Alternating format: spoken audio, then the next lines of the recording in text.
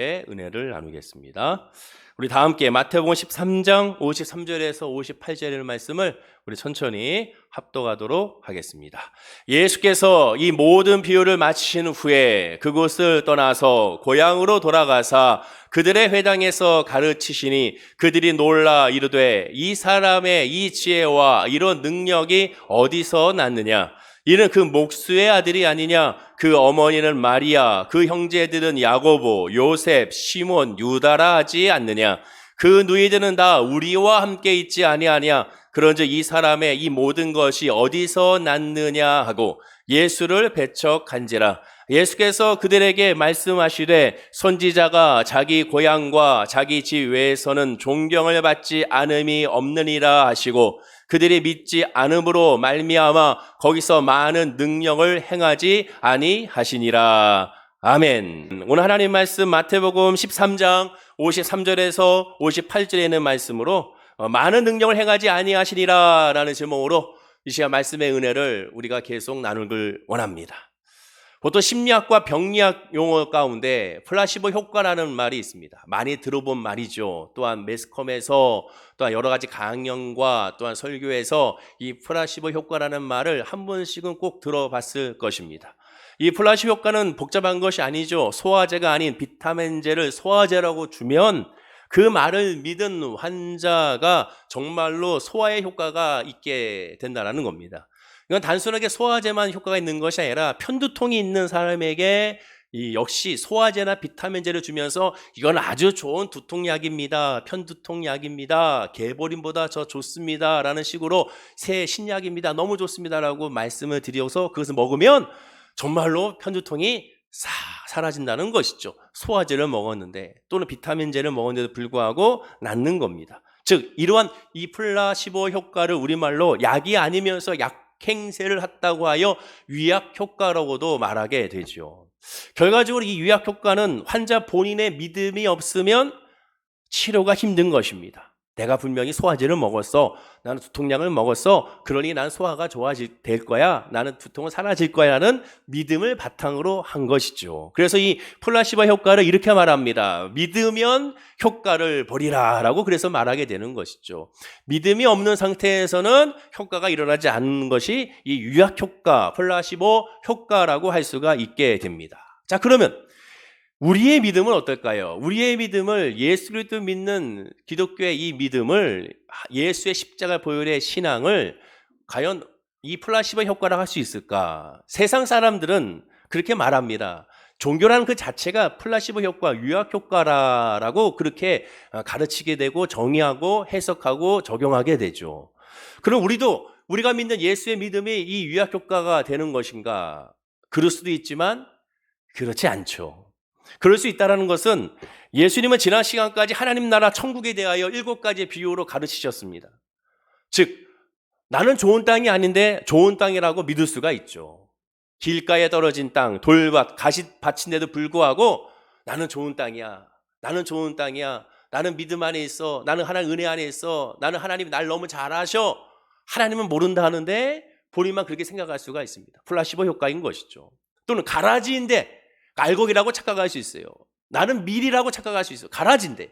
나는 볼이라고 착각할 수 있습니다. 가라지인데도 불구하고 율법을 거울 삼아 예수의 십자가의 보혈을 거울 삼아 주의 말씀을 거울 삼아 자기를 바라보지 않는 상태에서는 자기가 그렇게 알곡이라고 착각할 수가 있는 겁니다. 또한 밭에 감추인 보화나 진주가 가품인데 진품이라고 또 생각할 수가 있죠. 가짜인데 자기가 진짜라고 생각할 수 있습니다. 가짜 믿음인데 진짜 믿음으로 생각할 수 있죠. 가짜 성령 충만인데 진짜 성령 충만이라고 생각할 수 있습니다. 신령과 진정으로 예배가 아닌 감정과 자기 이성으로 충실한 예배인데 그것이 성령의 예배라고 착각할 수가 있다는 것이죠. 그럼 우리가 믿는 다 믿음이 구원이 유약 효과인가? 그렇지가 않죠. 오늘 본문을 통하여 우리는 예수 그리스도의 믿음이나 그렇지 않다는 사실을 알 수가 있습니다. 아니 플라시보 효과, 유약 효과가 예수 믿는 사람에게는 있을 수 없다라는 사실을 알 수가 있습니다. 왜? 효과 자체가 없을 수도 있기 때문에 그렇습니다. 응답은 없는 것도 응답이기 때문에 그래요. 오늘 본문 58절에 보면 이렇게 말하죠. 한번 읽어볼까요? 자, 시작. 그들이 믿지 않음으로 말미암아 거기서 많은 능력을 행하지 아니하시리라. 예수님께서 정말 유일하게 예수님의 많은 능력을 행하지 않은 곳이 바로 이곳이었습니다. 나사렛이었죠. 그러면 이 말씀을 통해 우리는 두 가지를 알 수가 있습니다. 첫째 알 수 있는 것은 예수님께서 할 수 있음에도 불구하고 기적을 행하지 않았다는 거죠. 그러면 하나님이 응답할 수 있는데 우리가 원하는 방향 응답을 하지 않을 수 있다는 사실을 믿어야죠.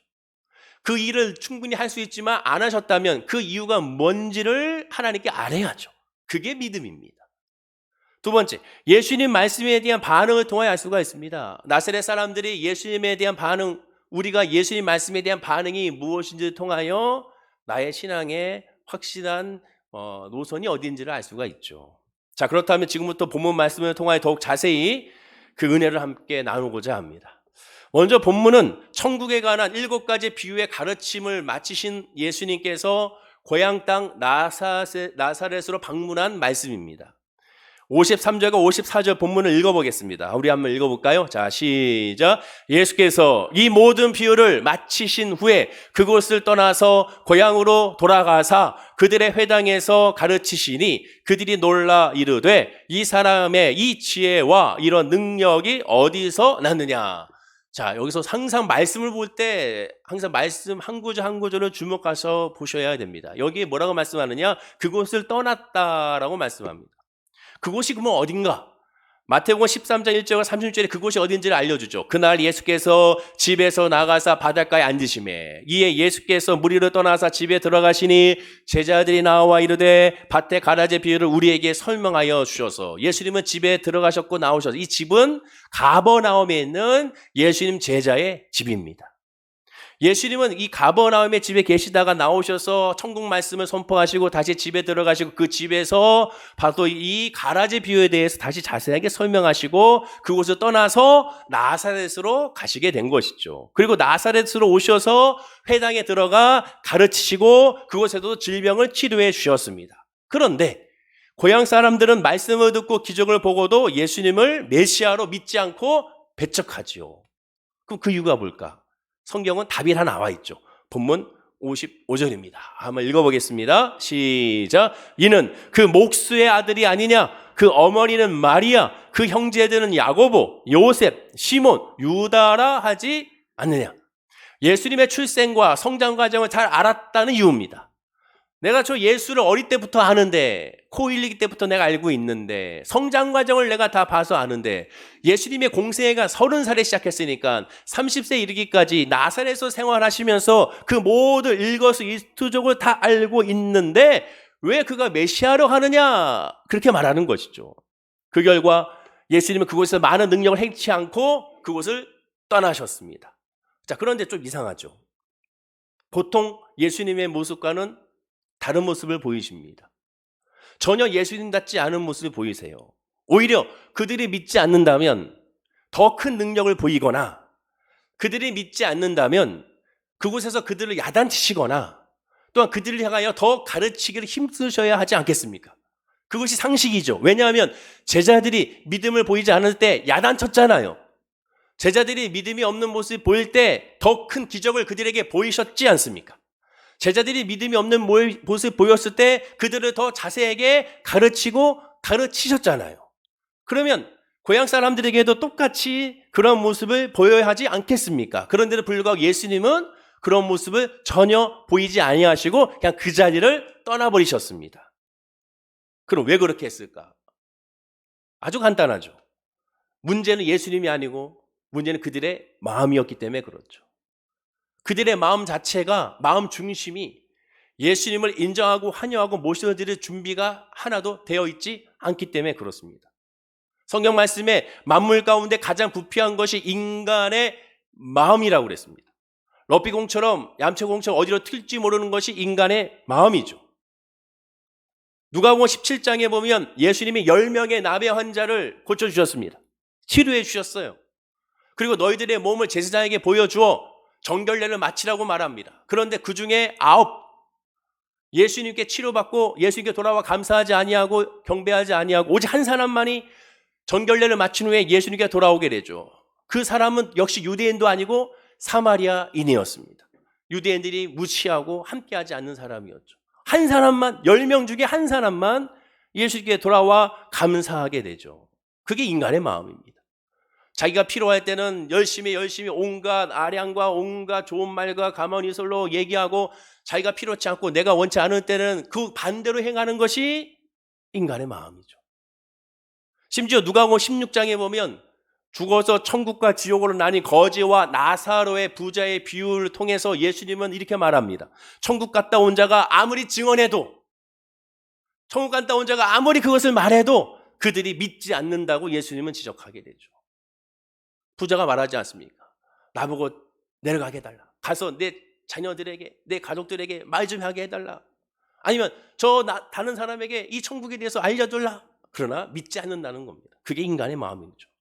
예수님은 다 알고 계셨습니다. 나사렛 사람들의 그 마음의 중심이 예수에 대해서는 아무 관심이 없다는 것을. 나사렛 사람들의 마음은 예수님 그 중심이 전혀 없었습니다. 나사렛 사람들의 마음은, 나사렛 사람들 그 마음에 어떠한 이적을 보여도, 어떠한 기적을 보여줘도 믿지 않을 만큼 선입견과 편견으로 똘똘 뭉쳐있는 그런 상태였음을 알고 계셨던 것이죠. 그럼 그들에게 그래도 보여주면 되지 않을까? 그렇지가 않습니다.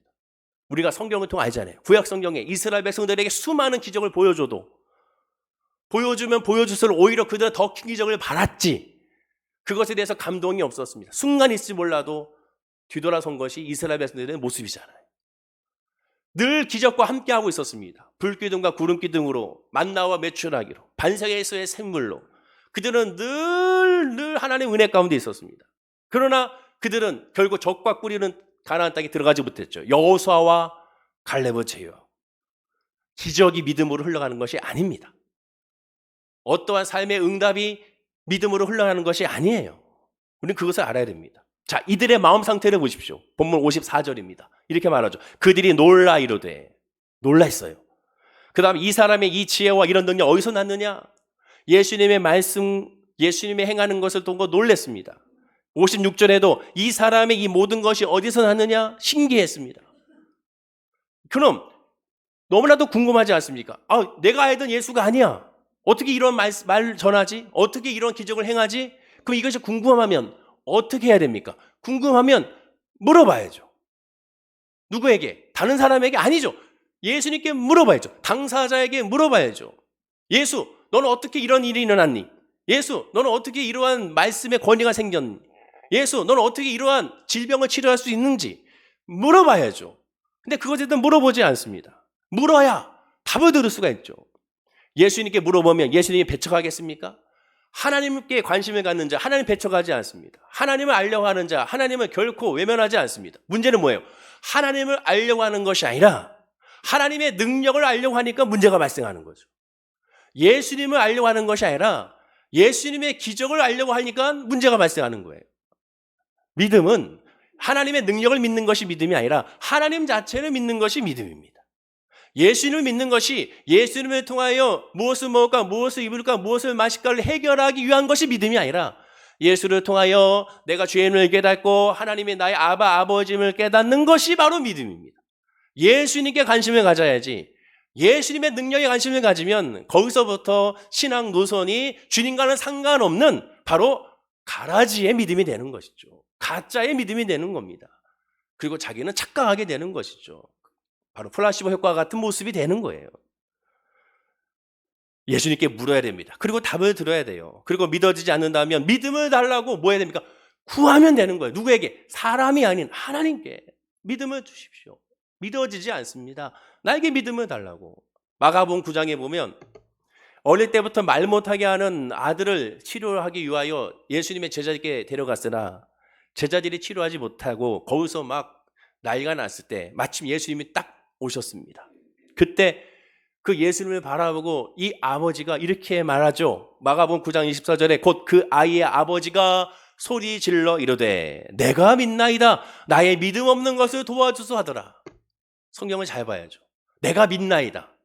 자, 그러면 내가 믿나이다라고 끝나야 되는데 뭐라고 얘기합니까? 내가 믿나이다. 나의 믿음 없는 것을 도와주십시오. 정확한 표현이죠. 여기 계신 분들도 내가 믿나이다. 근데 나의 믿음이 없잖아요. 내가 믿나이다 하지만, 내가 지금 기도했지만, 하나님께 맡긴다고 했지만, 현실이 부딪히게 되면 또 다 잊어버린 건 우리의 솔직한 모습이지 않습니까? 저도 마찬가지입니다. 목사를 하더라도 하나님을 의지한다면서도 하나님 역사한다 믿는다면서도 환경에 부딪히면 흔들리고 무너지는 것이 결국 인간이기 때문에 그렇죠. 그럼 우리가 이럴 때 어떻게 하겠습니까? 내가 믿나이다. 그러나 입술로는 믿지만 내 마음 영 깊은 곳에는 믿어지지 않으니 나의 믿음 없는 것을 도와달라고 있는 모습 그대로 솔직하게 하나님께 아뢰야죠. 그러면 하나님께 외면하시겠습니까? 아니죠. 그것 자체가 신령과 진정의 예배요 기도기에 하나님은 그 기도를 받으셔서 역사하시고 응답하십니다. 이 아버지의 말을 듣고 하나님은 역사하셨잖아요. 믿음 없다고 하나님 나 믿음이 없습니다. 나 믿음 도와주면 너 왜 이렇게 믿음이 없냐 꾸짖었습니까? 꾸짖은 적 단 한 번도 없습니다. 하나님을 알고자 하는 자에게, 하나님의 은혜를 알고자 하는 자에게 그것에 대해서 하나님은 한 번도 야단친 적이 없어요. 오히려 기뻐하죠. 아, 얘가 나를 알려고 하는구나. 내 말을 귀 기울려고 하는구나. 은혜 안에 거하려고 하는구나. 주의 사랑 안에 거하려고 하는구나. 오히려 기뻐하시죠. 그러나 오늘 본문의 나사렛 사람들은 그런 질문이 있고 그것에 대해서 의심이 생겼으면 물어야 되는데 묻지 않고 어떻게 했습니까? 본문 57절에 이렇게 해요. 예수를 배척한 자라, 배척해버려요. 이들이 하나님을 모르는 사람들이 아닙니다. 예수를 모르는 사람이야. 안다고 착각하죠. 누구보다도 난 알아. 그래서 자기의 믿음과 자기의 신앙과 자기의 경력으로 그냥 예수를 정죄하고 판단하여 배척해버리는 겁니다. 얘는 아니야. 돼버리는 거죠. 분명히 팩트가 있잖아요. 아, 예수의 말씀에 권위가 있고 또한 기적과 능력을 행하는 것을 봤어요. 그래서 이것이 어떻게 될지 몰라. 궁금해. 그리고 단 한 번도 예수님 앞에 물어보지 않고 질문 한 번 하지 않고 그냥 배척해버리는 겁니다. 믿음은 그래서 강제로 믿는 것이 아니라고 말씀을 드렸어요. 그래서 믿음은 은혜라고 말하는 거죠. 그래서 이 시간에 이렇게 주일 3부 예배 드리는 이 자체가 그래서 은혜인 겁니다. 다시 강조하지만 우리가 분명히 알아야 할 것은 나사렛 사람들은 분명히 예수님의 가르침의 이 지혜와 병 고치는 이적의 능력에 대하여 크게 놀랐다는 사실이죠. 사실입니다. 예수님의 가르침이 단순히 가르치는 것이 잘 가르치는 정도가 아니었습니다. 평소 다른 랍비에 의한 가르침보다는 권위가 있고 듣지도 보지도 못한 아주 특별한 가르침이었죠. 부딪힘이 있는 가르침이었습니다.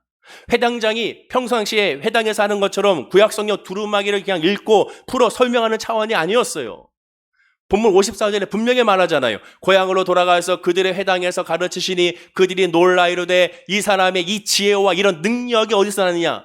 놀랐습니다. 지혜와 능력에 대해서 놀랐어요. 자, 그러면 여기서 우리가 알아야 될 것이 예수님이 거기 가서서 가르칠 때 무엇을 가르쳤을까요? 무슨 말씀을 했을까?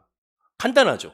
지금까지 마태복음 13장에 이르기까지 예수님이 평상시에 요단강에서 침례를 받으시고 나서부터 하신 말씀이 뭐였는지를 생각해 보면 답이 나오죠. 나사렛에서 뭘 가르쳤겠습니까? 크게 세 가지를 가르쳤겠죠. 첫째는 마태복음 4장 17절입니다. 우리 읽어볼까요? 자, 시작. 이때부터 예수께서 비로소 전파하여 이르시되 회개하라 천국이 가까이 왔느니라 하시더라. 회개하라 천국이 가까이 왔다라고 선포하셨을 것입니다. 분명히. 근데 이 말씀을 듣고 나사렛 사람들이 반응할 때 거부하진 않았을 거예요. 왜냐하면 당시 침례 요한도 마태복음 3장 2절에서 회개하라 천국이 가까이 왔느니라고 선포했습니다. 아니, 하나님의 선지자들은 다 회개하라 천국이 가까이 왔느니라고 늘 선포했습니다. 구약에 있는 선지자들 보십시오. 다 회개하라, 회개하라, 회개하라라고 가르쳤습니다. 당연히 그 회개하라는 것에 대해서는 오히려 그냥 늘 들었던 말씀이니까 별다른 반응을 보이지 않았을 거예요. 두 번째, 예수님 무슨 말씀하셨을까? 마태복음 12장 15절에 보면 늘 강조한 것이 귀 있는 자는 들으라는 겁니다. 귀 있는 자는 들어라. 역시 이 말씀에 대해서도 큰 부딪힘은 없었을 거예요. 그러나 마지막 세 번째, 여기서 이젠 문제가 발생하겠죠. 요한복음 14장 6절입니다. 자, 한번 읽어볼까요? 자, 시작. 예수께서 이르시되 내가 곧 길이요 진리요 생명이니 나로 말미암지 않고는 아버지께로 올 자가 없느니라. 이 말을 듣고 이제 기가 막히는 거죠. 내가 곧 길이요 진리요 생명이다. 즉 예수님이 직접 영원한 구원과 심판을 베푼다고 선언하니 누구보다도 예수를 잘 안다고 자부했던 고향 사람들은 도무지 인정이 안 되죠. 당연히 이런 반응이 나오죠. 55절입니다. 자, 읽어볼까요? 55절 시작. 이는 그 목수의 아들이 아니냐? 그 어머니는 마리아, 그 형제들은 야고보, 요셉, 시몬, 유다라 하지 않느냐? 내가 곧 길이요 진리요 생명이다 하니까 당연히 반응이 뭡니까? 쟤는 내가 아는데, 제 아버지도 알고 제 어머니도 알고 제 형제들도 내가 다 알고 있는데 무슨 소리야? 그러니까 이런 반응이 나오죠. 목수 요셉의 아들이 아니냐고 반발한 건 결국 무슨 뜻입니까? 예수님도 보통 아이들처럼 자랐다는 거죠. 13살 이후로는 율법에 의하여 유대 회당에서 율법의 교육을 받았을 것이고 그때 가르쳤던 선생 랍비도 아마 그 자리에 분명히 있었을 것입니다. 그리고 유대인들은 아버지의 기업, 가업을 반드시 물려받고 받아야 하기 때문에 아버지 요셉이 목수였으니까 다음 그림과 같이 분명히 30살이 되기까지 목수로서의 일을 했을 것입니다. 그 동네에서 목수로서 나무로 테이블도 만들고 의자도 만들고 또한 가서 문짝도 고쳐주고 여러 가지 많은 일들을 그 고향 땅에서 했을 것이며 집집마다 또 방문해서 이 일을 했을 것이며 주문도 받아서 만들어서 또한 갖다 줬을 것입니다. 누가 보더라도 예수는 목수였던 것이죠. 누가 보더라도 예수는 메시아가 아니었습니다. 예수님이 공사역을 시작하기 전에는 목수 일을 하고 있었기 때문에 분명히 그들의 눈에는 그저 가난한 목수에 불과한 것이죠. 그러니 본문 56절에 이렇게 말하죠. 역시 읽어볼까요? 자, 시작. 그 너희들은 다 우리와 함께 있지 아니하냐. 그런즉 이 사람의 이 모든 것이 어디서 났느냐. 당시 유대인들이 갈망하고 있었던 메시아는 정치적 민족적 영웅 또는 종교적 성자 랍비였습니다. 신명기 18장 18절에 말씀한 바대처럼 내가 그들의 형제 중에서 너와 같은 선지자 하나를 그들을 위하여 일으키고 내 말을 그 입에 두리니 내가 그에게 명령하는 것을 그가 무리에게 다 말하리라 라고 예언했죠.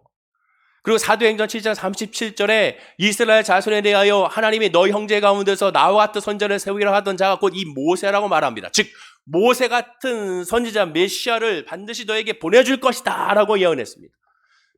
바로 그 사람이 예수인 것이죠. 하지만 이들은 모세 같은 선지자로 하니까 모세 같은 선지자, 모세 같은 사역만 집중했습니다. 모세가 하고자 했던 사역은 바로 이스라엘 백성들을 적과 꾸리는 하나님의 땅으로 회복시키는 거였죠. 영적인 회복이었습니다. 구원의 회복이었죠. 근데 그들은 그걸 생각하지 않고 모세를 통하여 이스라엘을 회복을 생각했죠. 이스라엘은 나라와 민족에 대한 회복, 이스라엘에 대한 땅에 대한 회복, 이것만 생각했던 겁니다. 즉 정치적 또한 그냥 종교적인 그런 부분에서의 메시아라만 모세로만 생각한 것이죠. 그러니까 예수에 대한 생각은 없던 겁니다. 메시아, 즉 고난받는 종의 죄에서의 구원을 이룬 메시아에 대한 인식은 그들에게 없었던 것이죠. 바로 눈앞에 평소 잘하고 있는 평범한 목수라고는 상상하지 못했던 것이고 더군다나 내가 늘 지시해서 일만 했던 저 예수는 더 상상할 수 없는 겁니다. 오늘날도 이런 선입견이 얼마나 많습니까? 예수님에 대하여 지곡한 편견에 사로잡기는 여전히 마찬가지죠. 어떻게 인간이 그럴 수 있는가? 동정녀 탄생은 말도 안 된다. 본문의 나사렛 사람들의 모습이 혹 우리의 모습이 되지 않는지를 살펴봐야 됩니다. 이 나사렛 사람들이 짧은 이 구절에서 예수님에게 보인 반응은 크게 세 가지인데 이 반응이 굉장히 흥미롭습니다. 첫 번째 반응을 다시 보면 본문 54절이죠. 제가 다시 읽어드릴게요. 고향으로 돌아가서 그들의 회당에서 가르치시니 그들이 놀라 이르되 이 사람의 이 지혜와 이런 능력이 어디서 났느냐. 이 사람의 이 지혜와 능력이 어디서 났느냐. 즉 지혜와 능력이 어디서 온 건지 모를 정도로 크게 놀랬고 사실적이었습니다. 일반 다른 랍비와는 다를 뿐 초자연적인 권위가 느껴졌죠. 즉 오늘날도 마찬가지죠. 성경 말씀의 유익과 선함은 인정합니다. 불신자들도 인정해, 학자들도 인정합니다. 성경 말씀을 부인하지 않아요. 성경 말씀 인정해요. 좋은 말씀이라고 인정하고 있습니다. 그 말씀 그 자체를 여러분들 부인하지 않아요. 성경에 있는 말씀 그 자체에 대해서는 좋은 말씀, 세상에서 유익한 말씀인 것을 인정합니다. 두 번째 발음, 본문 55절에 이는 그 목수의 아들이 아니냐. 그 어머니는 마리아, 그 형제들은 야고보, 요셉, 시몬, 유다라 하지 않느냐. 이는 그 목수의 아들이 아니냐. 목수의 아들이냐는 것은 예수님의 성장 과정을 알고 있다는 것뿐 아니라 인간의 아들이라는 거죠. 즉 그 권위와 그 기적은 인정해. 근데 예수는 인간일 뿐이야라고 말하죠. 하나님은 아니라는 거죠. 오늘날도 마찬가지예요. 성경을 인정합니다. 성경의 유익함과 선함을 인정합니다. 그러나 예수는 인간일 뿐이라는 거죠. 예수는 인간이니까 4대 성전에 들어갈 뿐입니다. 그 어느 누구도 예수를 메시아, 하나님, 신이라고 여기지 않죠. 그래서 그렇게 가르치지 않습니다. 여러분, 불교에서도 마찬가지예요. 불교계에서도 불교대학이라든가 불교에 또한 여름에 하고 있는 그들의 수련회에서 가보면 또한 이 스님들이 가르칠 때 성경 말씀, 예수님의 말씀을 인용해서도 가르칩니다. 그들의 설법에 불교 교리점만 말하는 것이 아니라 그 불교를 가르치기 위하여 그들의 교리를 가르치기 위하여 예수님의 말씀도 인용해요. 만약에 오늘날 제가 많은 목사님들이 설교할 때 성경 말씀을 인용할 때 동시에 불교의 교리에 있는 설법과 거기에 있는 말들을 가지고 화엄경이라든가 이런 걸 가지고 인용한다면 난리가 나겠죠. 그러나 그들은 인용합니다. 왜? 성경 말씀 그 자체는 사람들에게, 인간에게 유익이 되는 말씀으로 인정하기 때문에, 단 예수도 인간이 좋은 선생이라고 생각하기 때문에 그렇습니다. 신, 메시아까지는 생각하지 않은 거죠. 이슬람도 마찬가지예요. 이슬람이 코란 성경만 본다? 아닙니다. 마태, 마가, 누가, 요한복음, 사복음서도 가르쳐요. 왜 가르칩니까? 예수는 랍비기 때문에 그래요. 예수는 선생이기 때문에 그래요. 그래서 가르칩니다. 성경 말씀 가르치고 마태, 마가, 누가, 요한복음도 암송해요. 그러나 예수는 하나님의 아들이 아닙니다. 신의 아들이 아니죠. 이 모든 것은 알고 있습니다. 유익하다고 생각해요. 그러나 예수는 하나님이 아니라고 반응하는 겁니다.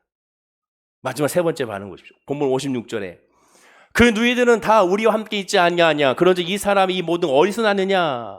그런 이 사람이 이 모든 것이 어디서 났느냐라고 질문합니다. 자, 이 질문은 굉장히 무서운 질문이 되죠. 왜냐?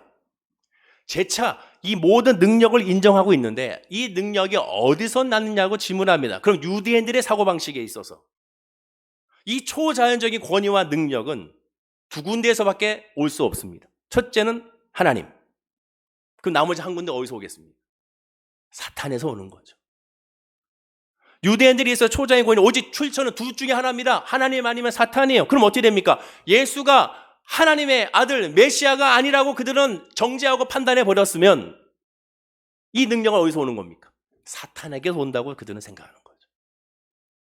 오늘날도 성경 말씀과 유익함과 선함을 인정합니다. 예수도 인간이며 결국 예수가 하나님의 아들이 아니며 하나님이라는 것을 인간을 만들어낸 신에 불과하다고 지난 시간 리처드 손키스가 말하는 것처럼 말하지 않습니까?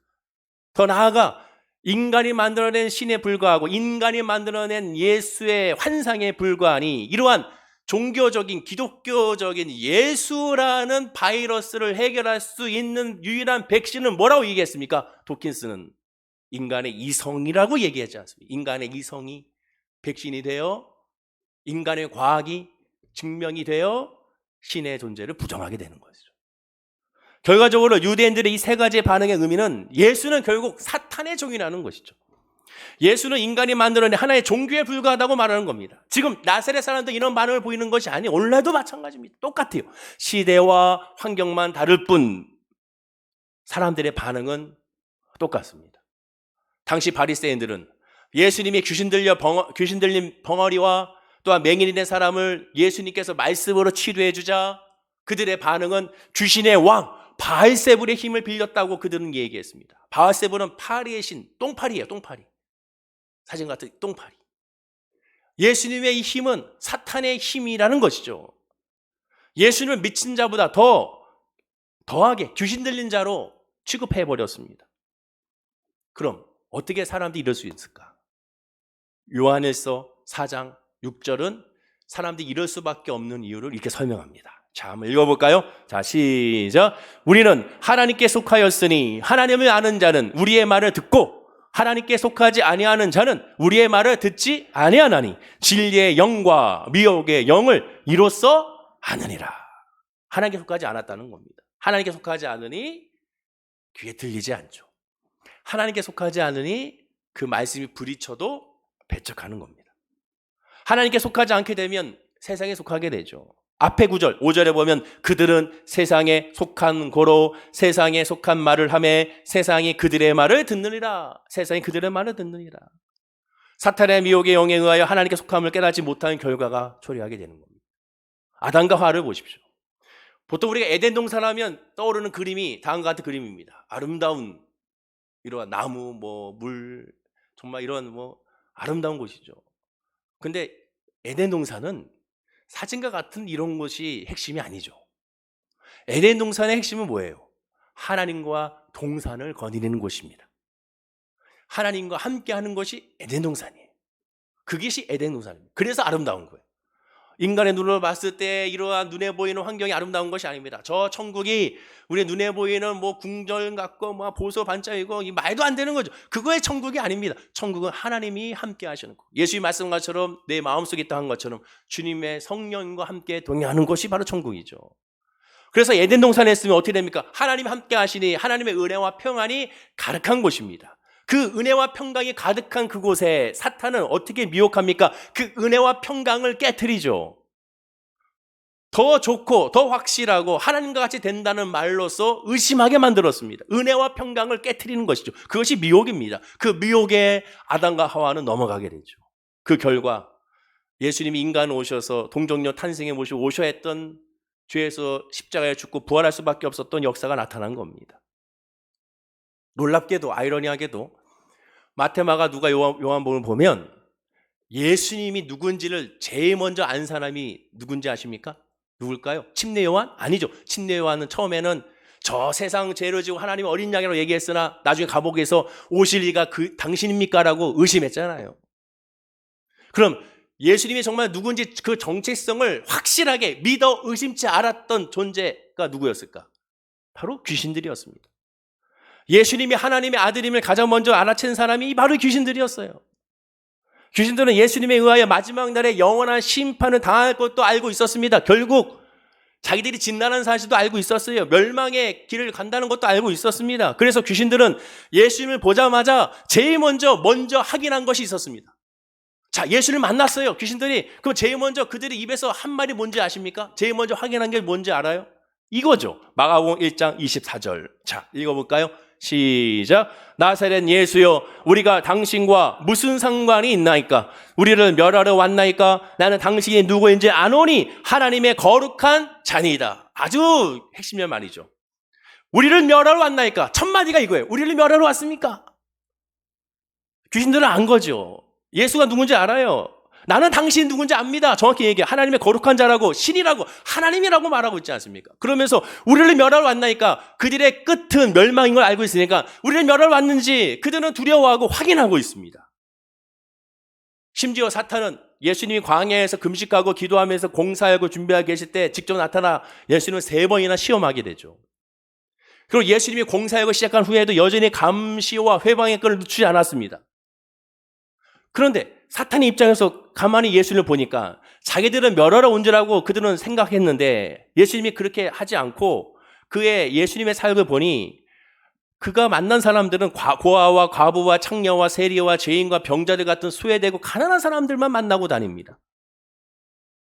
동시에 회개하라 천국에 갔다라고 말하게 되고 귀 있는 자는 들으라 하라고 말하게 되고 내가 그 길이요 진리요 생명이라고 이런 말만 하고 다닙니다.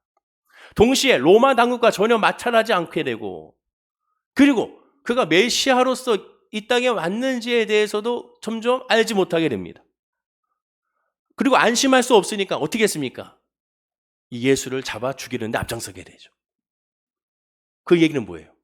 예수가 누군지는 알았으나 예수가 왜 이 땅에 왔는지는 몰랐다는 거예요. 만약에 예수님이 누군지는 알지만 예수님이 왜 왔는지 와서 지금 뭐 하고 있는지 이 하는 이유가 목적이 뭔지를 알았더라면 사탄이 예수를 잡아 죽였겠습니까? 어떻게 해서든지 잡지 않겠죠. 야, 저 인간들이 예수를 잡아 십자가에 못 박으면 우리가 무장해제가 되고 예수님의 십자가 보혈의 피로 말미암아 부활하여 모든 죄가 단번에 사해지니까 그러면 안 되지. 어떻게 하는지 예수를 잡아 죽이지 못하도록 하자. 십자가에 죽이려 하지 못하고 하자. 자, 바라바냐 예수냐? 자, 무조건 바라바라고 외쳐라. 이렇게 했을 것입니다. 어떻게든지 예수를 죽이지 않고 예수님은 더 종려나무 가지로 흔들어서 왕으로 더 모시고 어떻게든 예수를 비난하지 않게 하고 정죄하지 않게 하고 그냥 예수를 칭송하고 더 칭송하고 칭송하게 만들 것이지 결코 예수를 십자가에 죽게 하지는 않았을 것입니다. 근데 그렇게 했잖아요. 그것도 3년 만에. 그게 뭐예요? 예수가 누군지는 알았으나 예수가 뭘 하려고 이 땅에 왔는지 그 목적을 몰랐다는 거예요. 왜 몰랐습니까? 이 복음은 비밀이기 때문에 그래요. 요한계시록 10장 7절에 보십시오. 우리 한번 읽어볼까요? 자, 시작. 일곱째 천사가 소리내는 날 그의 나팔을 불려고 할 때에 하나님이 그의 종 선지자들에게 전하신 복음과 같이 하나님의 그 비밀이 이루어지리라 하더라. 자, 이거 보십시오. 선지자들에게 전하신 복음과 같이 하나님의 비밀이라는 거예요. 비밀. 그 비밀을 누구만 소유하고 있습니까? 저와 여러분, 하나님의 자녀에게만 공유한다는 거예요. 복음은 비밀. 사탄은 몰라. 알 수가 없는 거예요. 알았다면 다시 얘기하지만 예수를 십자가에 죽게 하지 않았을 것입니다. 사탄은 예수님을 십자가에 죽이고서 얼마나 기뻐했겠습니까? 근데 3일 만에 예수가 부활하면서 그때 깨달았겠죠. 아, 이게 아닌데 큰일 났다라고 생각했을 것입니다. 결정적으로 정말 예수님만이 길이요 진리요 생명임을 깨닫게 해준 것이 십자가의 죽음과 부활이었다는 사실을 그들은 그제서야 알았을 것입니다. 결국 사탄은 완전히 십자가로 말미암아 패하게 된 것이죠. 예수님은 하나님이잖아요. 누가 그 하나님을 막으며 그 하나님을 가둘 수가 있겠습니까? 부활은 당연한 결과인 것이죠. 예수를 믿어 구원 얻었다는 것은 어떠한 미혹에도 없이 확실한 하나님의 은혜 안에 있다는 사실을 깨닫는 것입니다. 예수가 누군지를 알기에, 예수가 하시는 모든 것을 알기에 믿어 의심치 않는 거죠. 그 믿어 의심치 않으면 나의 결과가 아닌 하나님의 결과로 말미암아 믿어 의심치 않는 겁니다. 오랜만에 방문한 나사렛 고향에서 예수님이 기적을 많이 보이지 않는 까닭이 바로 이것 아니겠습니까? 수많은 기적과 능력으로 메시아를 증명하는 그 자체가 그 능력으로 증명하는 것이 아니라 회개하고 귀 있는 자는 듣고 예수님만이 길이요 진리요 생명임을 깨달아야 진짜 예수를 구주로 영접할 수가 있다는 것이죠. 그렇게 영접할 때 우리는 플라시보 효과 같은 유약 효과가 있는 것이 아니라 예수 안에 있기 때문에 진정한 회복과 진정한 평안과 진정한 소망과 진정한 위로를 얻을 수 있음을 깨닫게 되는 겁니다. 결국 그 모습이 효과가 없어 보인다 할지라도 그 끝은 하나님의 은혜와 영광이라는 것이죠. 따라서 예수 안에서 그 믿음 안에 완전한 회복과 완전한 소망이 있기 때문에 플라시보 효과라는 것은 있을 수가 없는 겁니다. 만약 그렇게 여긴다면 아직 진리 안에 있지 않은 거죠. 착각하는 거죠. 알곡이 아닌 가라지라는 사실을 스스로가 증명하는 겁니다. 믿는 우리는 어떻게 해야 될 것인가? 지금 눈에 보이는 것이 어떠하든 예수님 말씀을 오직 아멘, 아멘 할 수 있는지를 한번 묵상해 봐야 되는 겁니다. 절대적이고 순수한 우리 쪽에 어떤 이해 타선도 개입되지 않는 순종이 있어야 되는 것이죠. 믿습니다라고 아멘 하는 겁니다. 회개하고 귀를 열어서 예수님 안에 아멘 하는 거죠. 그리고 그 믿음 안에 있으면 어떠한 모습이 나타나냐? 내려놓음이 있습니다. 내려놓음. 무조건 응답을 받아야 돼. 지난 금요일의 말씀과 같이 기도의 응답은 하나님이지 기도의 응답은 자기의 소망이 아닙니다. 하나님께 내어 맡김으로 말미암아 하나님이 원하시는 응답을 추구하는 것이 그것이 기도죠. 그것이 기도의 길이죠. 하나님이 아니하면 그게 아닌 거예요. 그리고 내려놨을 때 진정한 자유와 평안함을 누릴 수가 있고 바로 그때 크고 비비는 하나님 역사를 비로소 발견할 수가 있게 되는 겁니다. 사탄은 모든 수단과 방법을 가리지 않고 어떻게든지 예수님의 십자가 곁에 떨어지게 만들려고 할 겁니다. 그리고 가장 좋은 수단은 바로 눈에 보이는 것을 미혹하게 하는 것이죠. 즉 유약 효과, 플라시보 효과를 우리에게 심어주려 할 것입니다. 너 이미 은혜 받았어. 너 이미 성령 충만해. 너 이미 하나님의 자녀야. 너 이미 잘 되고 있어. 근데 진짜 잘 되면 뭔지 아십니까? 진짜 하나님 은혜 있는 사람은 내려놓음이죠. 하나님이 내 기도에 지금 안 듣는 것 같아도 들으신다는 내려놓음. 당장의 질병의 치료가 이루어지지 않아도 하나님은 나에게 좋은 것을 주시는 지금 이 순간이 선이 나는 내려놓음. 어떠한 상황에서도 하나님은 나를 버리지 않는다는 내려놓음. 그 길이 사막의 음침한 골짜기라 하더라도 주의 지팡이가 막대가 날 안위한다는 내려놓음. 이 모든 것이 다 사라져도 주님을 바라보는 나의 예배는 사라지지 않는다는 내려놓음. 바로 그것이 진정한 믿음의 모습이라고 할 수가 있게 되는 겁니다. 그리고 이것을 분별할 수 있는 길은 오직 기적, 능력, 치유가 아닌 예수를 예수로 믿는 것입니다. 하나님을 하나님으로 믿는 거죠. 성령을 성령으로 믿는 거예요. 즉 다시 얘기하지만 예수를 믿음으로 예수의 능력으로 이 삶을 살아가는 것이 아니라 예수 그 자체의 은혜와 사랑으로 살아가는 거죠. 하나님의 능력에 집중하는 것이 아니라 하나님의 은혜에 집중하는 것입니다. 우리 아까 찬양대 찬양처럼 하나님의 은혜로만 살아가고 거기서 기뻐하는 모습이 진정한 믿음의 사람의 모습임을 기억해야 될 줄로 믿습니다. 본문 58절 마지막으로 읽어볼까요? 자, 시작. 그들이 믿지 않음으로 말미암아 거기서 많은 능력을 행하지 아니하시니라. 우리의 믿음은 어떤지, 예수를 정말 믿고 있는지 믿지 않는지, 다시 얘기하자면 그 믿음이 이것이 응답될 줄로 믿습니다 믿음이 아닙니다. 어떠한 상황에서도 예수는 나의 길이요 진리요 생명이다. 예수가 나의 주다. 하나님은 나의 아버지라는 사실을 믿어 의심치 않는 겁니다. 그 믿음 안에 있을 때 그때부터는 기적 중심이 아닌 예수 중심의 신앙을 살게 되고 예수 중심으로 살아가게 될 때 진정한 은혜와 소망을 우리 모든 성도님들이 누리게 될 줄로 믿습니다. 기도하겠습니다. 아버지 하나님, 오늘 말씀과 같이 많은 능력을 행하지 않는다고 실망하지 아니하게 하여 주옵소서. 우리의 신앙의 중심은 바로 그곳이 아닙니다. 우리의 신앙의 중심은 기적과 능력과 치유가 되는 것이 아니라 우리의 신앙의 중심은 예수가 되어야 될 줄로 믿습니다. 주께서 행하시는 것에, 주께서 주시는 것에, 주께서 역사하시는 것에, 즉 예수께 주목하게 하여 주옵소서. 여호사와 왕이 힘들고 어려운 상황까지 놓였을 때 오직 그들의 얼굴을 여호와로 향했던 것처럼 우리도 오직 여호와 하나님으로 향할 수 있도록 인도하여 주시고, 그리고 그 믿음으로 말미암아 진정한 위로와 진정한 평안과 진정한 소망을 누리는 우리 성도님들이 될 수 있도록 복을 부어 주시옵소서. 여전히 연약합니다. 그러니 하나님께 아뢰기 원합니다. 힘든 거, 아픈 거, 답답한 거, 외로운 거, 속상한 거, 눌린 거, 섭섭한 거, 바라는 거 다 예수님으로 하나님께 다 아뢰게 하여 주시고, 또한 믿음 없는 것 하나님 믿음을 달라고 구하게 하여 주셔서 솔직하게 주님께 아뢰 때 하나님께 주시는 이 세상에 줄 수 없는 위로와 평안과 소망을 우리 성도님들이 깨달아 누리게 하여 주옵소서. 감사드리며 예수님의 이름으로 기도드립니다. 아멘.